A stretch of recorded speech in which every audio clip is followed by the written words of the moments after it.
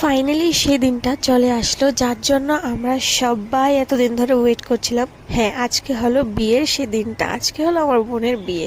তার জন্য দেখো আমি কিন্তু এখানে রেডি হতে চলে আসলাম, আমার পরে আমার বোনও রেডি হবে। তো আমার এখানে শাড়িটা পরানো হয়ে গেছে, তো আমি এখন মেকআপ করছি, তারপর চুলগুলি বাঁধবো। তো এদিকে দেখো আমার মেকআপও কিন্তু হয়ে গেছে, এখন চুলগুলি বাঁধা হচ্ছে। তো আমরা চলে যাব ডিরেক্ট বিয়ে বাড়িতে। দেখো আমরা কিন্তু বিয়ে বাড়িতে চলেও আসলাম। হ্যাঁ, ঈশিতা বিয়ে বাড়িতে, ইন্দ্রনগর যে বিয়ে বাড়িটা আছে সেটাই। দেখো অনেক সুন্দর করে সাজানো হয়েছে, এটা কিন্তু কুঞ্জের জায়গাটা, তোমাদেরকে আমি একটু ঘুরে ঘুরে দেখিয়ে দিচ্ছি। আর ওই সামনে দেখছো ওইখানে কিন্তু দান, আর সামনের দিকে এই গণেশ ঠাকুরটাকে সুন্দর করে এখানে সাজানো হয়েছিল। আর এখানে মা, মামি, মাসি তারা সবাই মিলে বসে বসে আড্ডা মারছে। আর এটা হলো আমার ফাইনাল লুক, তোমরা কিন্তু অবশ্যই বলবে কীরকম লাগছে।